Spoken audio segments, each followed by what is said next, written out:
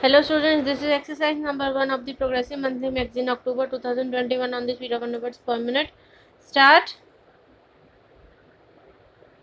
Sir, some days ago, I had the honor of presenting to the House the report of the Planning Commission on the second 5-year plan. I presume that many members have read it since then, either fully or in parts. I have now the honor to move the following resolution. This House records its general approval of the principles, objectives, and programs of development contained in the second 5-year plan as prepared by the Planning Commission. Those honorable members who have read this report have probably not found it very light reading. A report of this type can hardly be termed light reading, although I believe there are many parts of it which are exciting reading.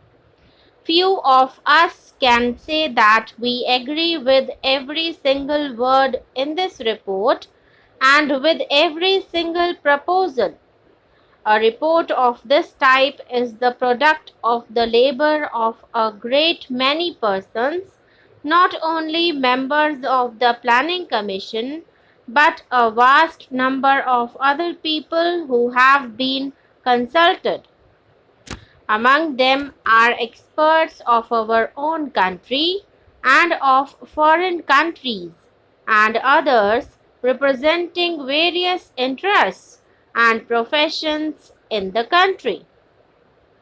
As with all joint products, there is an attempt to meet different viewpoints.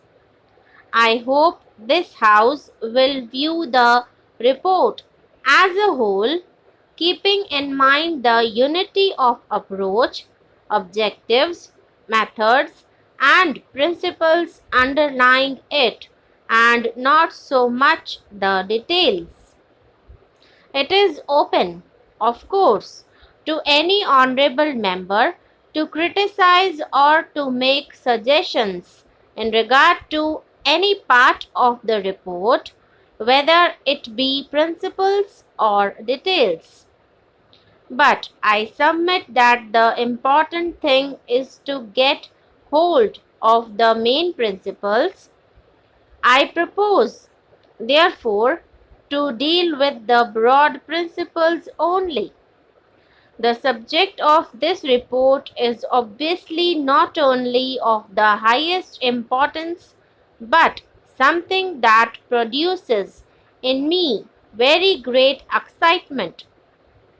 It is an exciting subject because it deals with the future of 360 millions of people. To some extent, that future will affect the future of other countries and even of the rest of the world. It therefore becomes an enthralling and exciting subject. We are engaged in the shaping of the future of India.